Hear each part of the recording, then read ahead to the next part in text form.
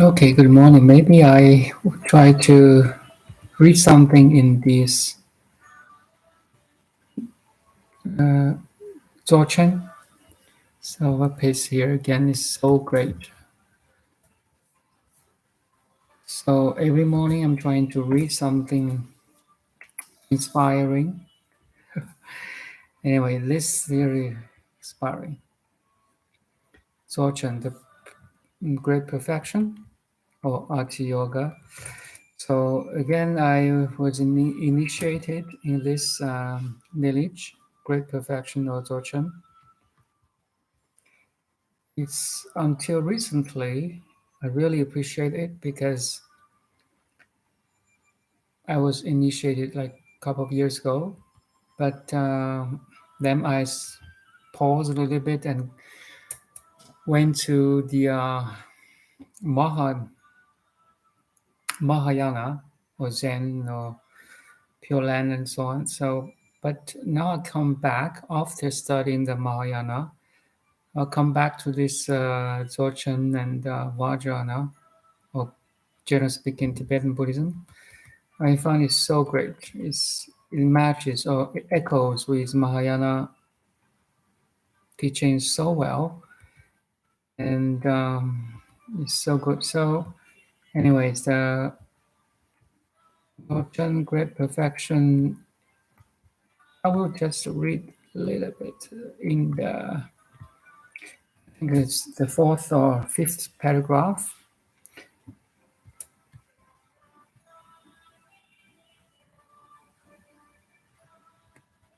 Traditional exegesis.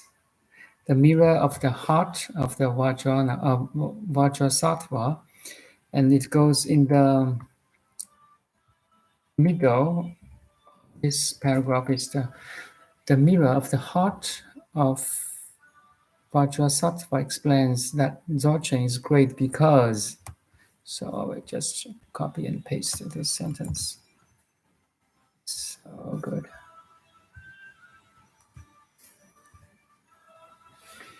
So we are in the page.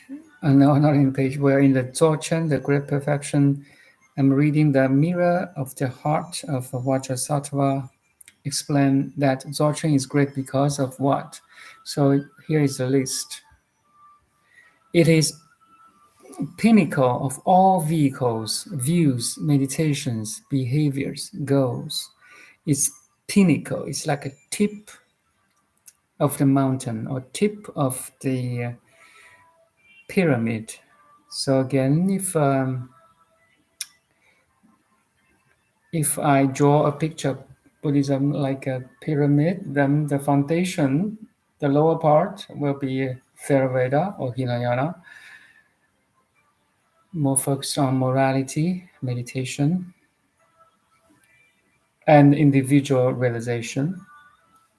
And the middle part is the Mahayana, more focused on meditation, wisdoms, and awakening not only yourself but also others, Buddhicitta. And on the top, there's this Vajrayana, basically Tibetan Buddhism. But on the tip of this pyramid, there's Ati Yoga or Great Perfection, and it's the pinnacle of all vehicles. So three vehicles: Theravada, Mahayana, and the Vajrayana. It's the pinnacle of all the vehicles, views, meditation, behaviors, and goals. Something like Zen is beyond words. You got it. You just got it. It's the pinnacle. It's beyond all the meditation techniques. It's beyond all the words. And the second one is never moving from the natural state. So it is our natural state. The great perfection or great completion or Dzogchen or Ati Yoga, you name it. That realization is so clear to you. It never moves from the natural state. It is our natural state. It is our original state. So in Zen, we call it original face. It is your original face without any masks or makeups. Like I'm mom, your dad, and I'm professor, your doctor, and so on, without any identification. That's you. And the third, it functions without obstacles in the realm beyond change. So good. It functions without obstacles in the realm beyond change. So it reminds me the one of the five wisdoms. The fifth one is the wisdom of all accomplishing, right? So it functions. You can accomplish anything you desire, actually, if you really get touch of this cosmic intelligence or the Art Yoga of Dzogchen or great perfection. It is the functionality or its original functions is beyond any change. So crazy. Without obstacles, because it's already perfect. That's great perfection, right? It's already complete. That's great completion. So it's without any obstacles, and you are it already. I'm not talking about your body and individualized mind. That's there's obstacle there, but I'm talking about the real you, the Brahman, the God within, the Buddha nature. All these function without obstacles in the realm beyond change. And the fourth one, it manifests beyond concepts in the realm beyond attachments. Attachments to phenomena world or emotions or memories or your beloved ones. This is an awakened mind. Only awakened mind attached to the phenomenon, to any object in the phenomena world. And it's a wrong direction. It's wrong. It's totally wrong because nothing you can attach to. There's nothing you can attach to because everything is changing. It manifests beyond concepts in the realm beyond attachments. There's nothing you can attach. Once you got that, you won't attach to anything. It's beyond any concepts. The fifth one, it manifests without attachments in the realm beyond desire. So you could have your desire, dreams, and so on, but you know it's just illusion, dream-like, bubble-like, lightning-like, morning dew-like, shadow-like, illusion-like desire. Yet you can play with it. Once you recognize its emptiness, or it's like bubble, it's like shadow, it's like lightning, it's like morning dew. It's it cannot be attached. So of force, you will manifest without attachment in the realm beyond desire. Beyond desire does not mean you don't have any desire. You know your desire is empty, yet you can play with your empty desires. It's crazy. And the sixth one, I think, it manifests in great bliss in the realm beyond speech. Great bliss. Your original face is blissful, is peaceful, is calm, is still, is Maha happiness. Great bliss. 常乐我净 permanent. Bliss. Self or the permanence. And pure. You're already perfectly pure. It manifests in great bliss in the realm beyond speech. It's unspeakable.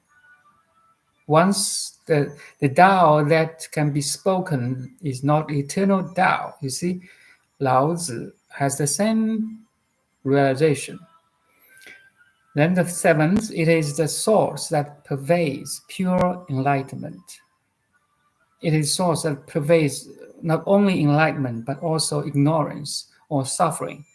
No matter you know it or not know it, it is there. It pervades every suffering, every enlightenment, every knowledge. It pervades every body and mind. Or it's in everybody's minds. But we have recognized it. That's the process of awakening. It's already there, waiting for your discovery for eons and eons. Eons, like not only this universe, but also multiple previous universes. It's beyond time anyway, right? So the eighth, it is non-substantial rigpa, beyond action and effect. You see, it's beyond karma. It's beyond action and effect. It's non-substantial rigpa. Non-substantial means no self, no like self-existence. Not substantial. It's untouchable. It's not a phenomena. It's not physical. It's not emotional. It's not mental. It's non-substantial. Rigpa is truly, perfectly, completely pure. Rigpa. It's a knowledge of who you are, or who or what you are. A complete understanding of who you are. That's the epic, right? It's the pinnacle, of all the vehicles, views, meditations, behaviors, and goals. And the ninth, it remains in equality without moving from the realm of total bliss and without moving from the essential meaning. Is equal, it's impartial, okay? It's completely equal and impartial. It's like a sunlight shines over everything, every planet, everyone on planet Earth. A sunlight never has a bias or preferences. I like this, I don't like that. No, sunlight never have that bias or judgments. It remains in equality without moving from the realm of total bliss. Total bliss because you are already perfect and complete. So you are blissful. All your desires can be accomplished in this already perfect and complete Arti Yoga. And without moving from essential meaning. You have that sense of I amness or Arti Yoga or Dzogchen or great perfection or great completion always. So you don't move anything. You don't shake anymore. You don't distract it and disturb it anymore. You are so solid. You are without moving from your essence. I think it's the 11th. Then it exists everywhere without being a dimension of grasping. It's everywhere. It's omnipresent without being a dimension of grasping. Everything in your view now, what you can see, hear, touch, smell, taste, and think, is already perfect and complete. So it's everywhere, no matter you are in New York or you're London or Tokyo or just Africa, a poor village, no matter how poor you are, how rich you are, how successful you are, how unsuccessful you are, you have it already. So it's everywhere without being a dimension of grasping. Since it's everywhere, so you won't grasp it anymore. It's already in you. How could you grasp something that you already are and you always are? One, because grasping means you don't have it, right? Or you want it. if that's something you already have, how you won't want it anymore? You can use it anytime. So, how to say, interesting, mind blowing. And the last one, it is the essence of everything without being established with words and syllables. You see, we are using words to talk about this, but it's beyond words and syllables. No matter it's an image of God or image of R or A symbol, that great perfection is beyond any symbols. Or like yin and yang, it's like, I don't know, you can use any symbols or words, even musical notes to describe it, but it's beyond any description. It is essence of everything without being established with symbols. It's is in the domain that having no without words and symbols, like animals, right? Like birds and fish, they don't have words and syllables, right? But it's already in birds and fish. So it's the essence of everything, even in the rock. In a rock, there's a Buddha nature. Anyway, there's a debate over that.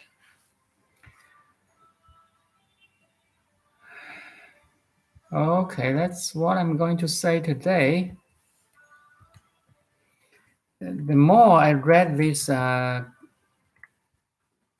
Dzogchen or Great Perfection or Zen or whatever, Buddha's teaching or any lineage of teaching, actually, it's could from Jesus' teaching too.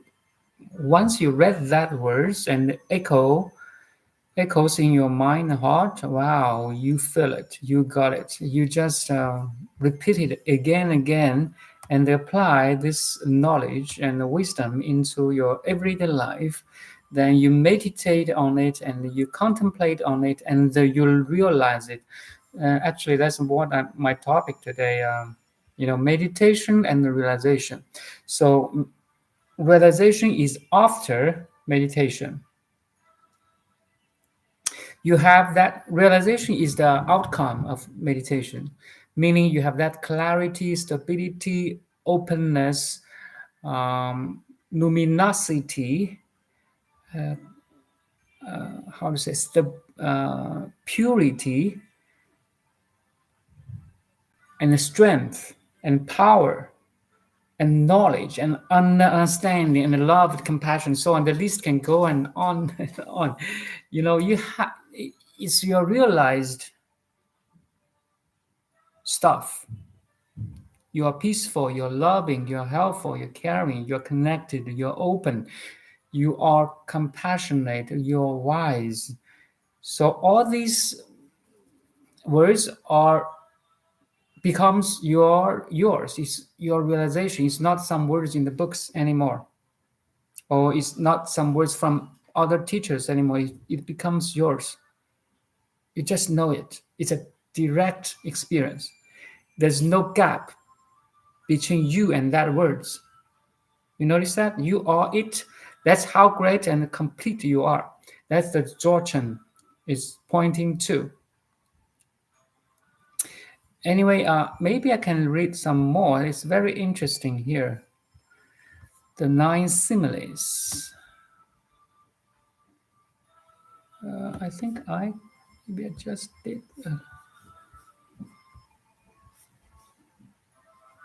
I'm looking at 9 similes. Just 1 second, sorry.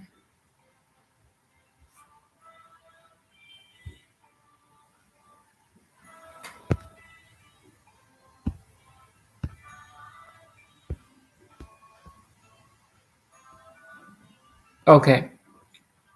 So it's also called the Tathagata, right? Ru Lai Zang. So realize your Buddha nature or Tathagata or Dzogchen or Ati Yoga. It's yours already, but you have to recognize it. So it's like you are a poor man that you don't know. Underneath your house apartment, there's a huge gold. It's lots of gold. But at this moment, you are so poor because you don't discover that gold underneath your ground. So Buddha is use a lot of similes or metaphors to pointing out that you have Buddha nature, you are it already. So here is the 9 similes. So I will paste it here again. It's so funny, okay? I read it and it echoes in my heart so well. Now I want to share with you. It's so good. So if you, it's about Tathagata. It's your Buddha nature. Tathagata is, or Tathagata Sutra. It's a sutra about Tathagata, your Buddha nature. Anyway, let's go to the direct to the 9 similes. It's in the middle of this wiki, of this link.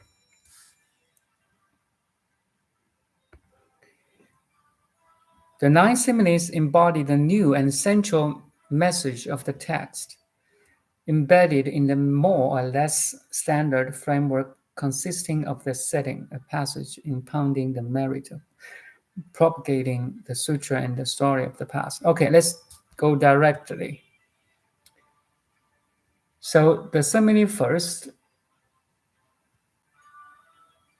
the Buddhas seated in a lotus galaxies in the sky who are not affected by the withering of the flowers.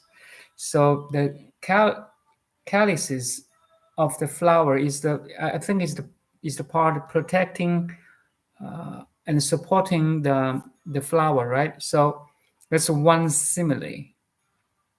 The flower may be withered or dies, but that calyces is still there. That's the meaning of the simile here. The following 8 similes illustrate how the indwelling Buddha in sentient beings is hidden by the negative mental states, or we call kleshas. So our mental, in the individual mental state, is like clouds blocking the sky. Just like that. Because we are so conditioned. From the day one we are born to this world, we are conditioned. This is apple, that is ice cream, this is my parents, that's my teacher, and all the educational system teach you something outside of you. It's a dual teaching. All the education not teach you how to draw, how to play piano, how to know English. This is a dual teaching.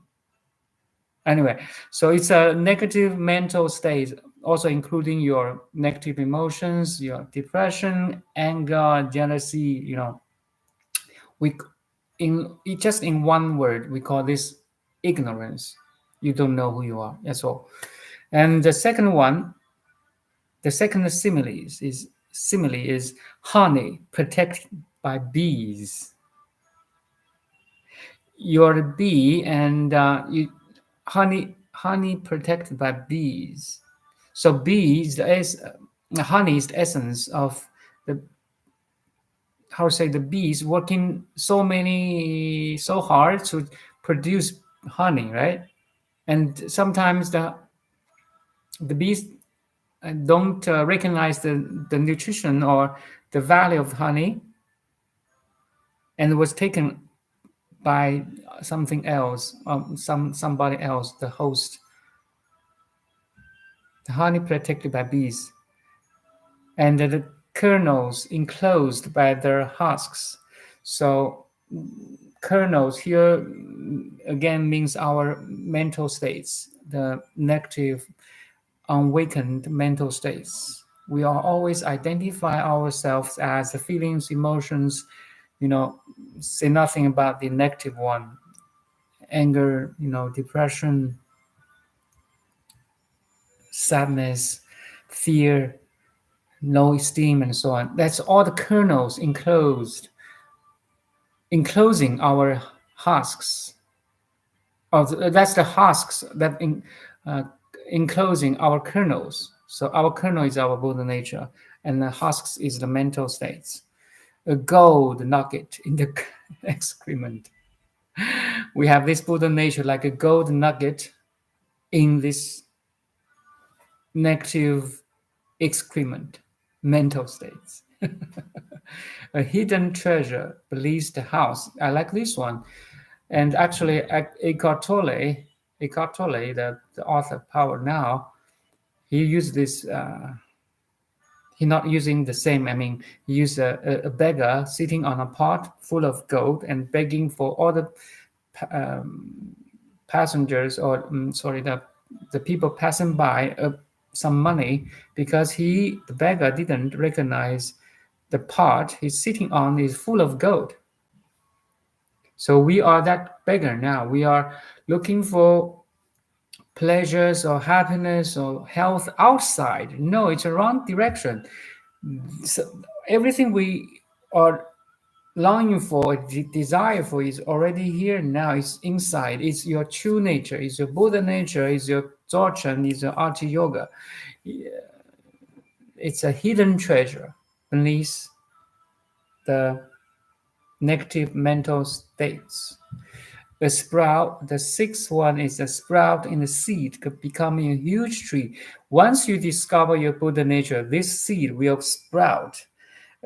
Sprout naturally and firmly to grow and grow and grow until it becomes a huge, giant redwood tree. I'm feeling that way now. I found this seed like maybe a couple of years ago, but it also needs our gradual cultivation, like a gardener cultivate a seed and become a sprout and sampling and all grow and grow like a giant with redwood tree, right? And the seventh, similarly, a Tathagata image wrapped in rotten rags. So Tathagata is a Buddha's another name, or a Buddha image wrapped in a rotten rags. You are already a Buddha, but wrapped in this body and mind like a rotten rags. And the eighth, Kakravatin is like if you go to that one, it's how to say, a Kakravatin is an ideal universal ruler in the history, religion, and the mythologies of India.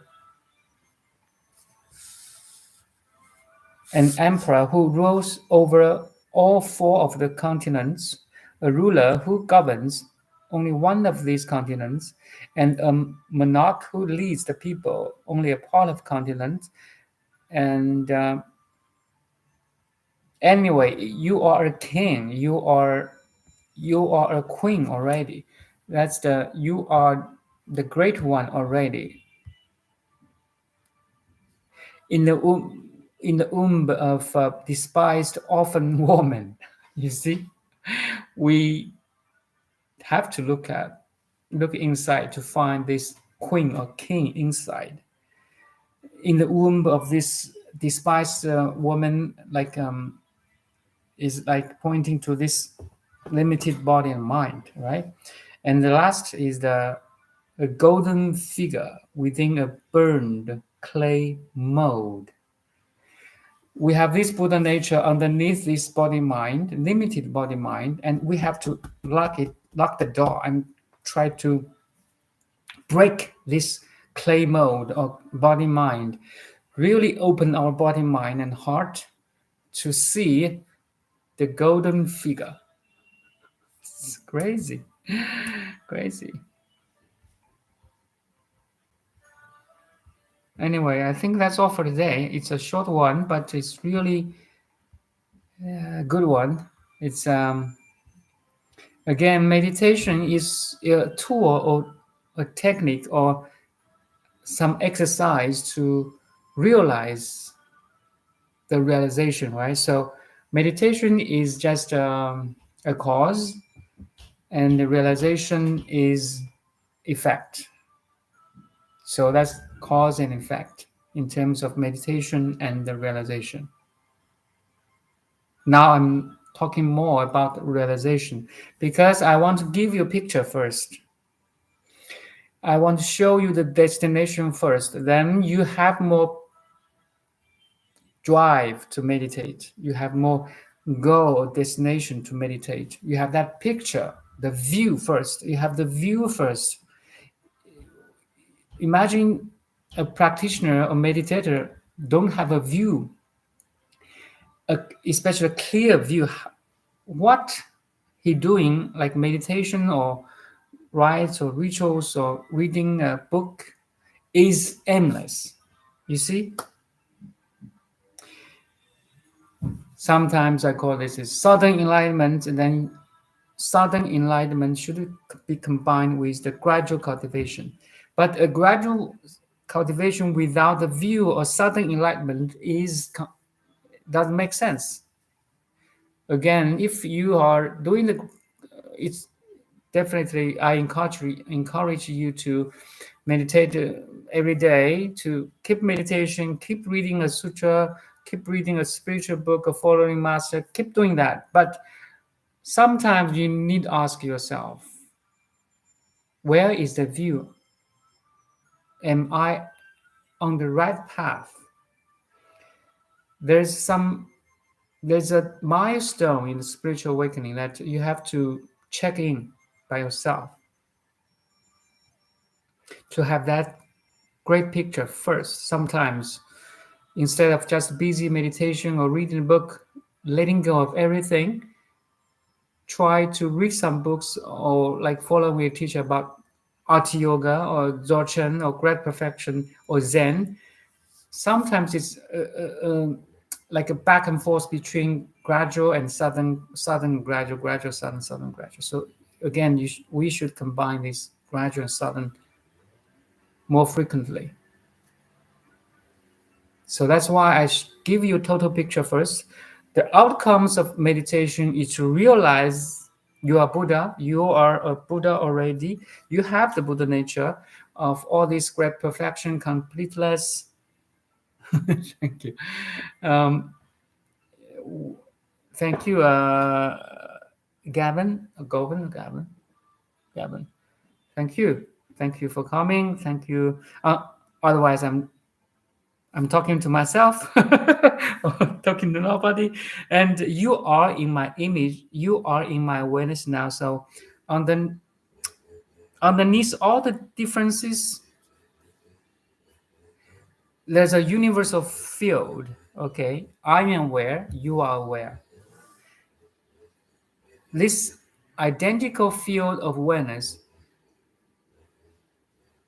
is one. Is there's no two universal identical awareness. There's only one awareness. So, in this context, I am you and you are me. Okay. But on top of this, we have so many differences. I don't know where are you or which country you're in now. You're maybe a gentleman. Should be a gentleman. Gavin should be a gentleman. Thomas. Okay. So in your 40s or 30s, you have different job. We have so many differences. You have different background, education, yet we have something similar or identical. That's the purpose of meditation. That's the purpose of awakening. You realize you're one. You are identical with everything else, everyone else. Anyway, that's all for today. Thank you. Thank you for coming. Thank you for listening.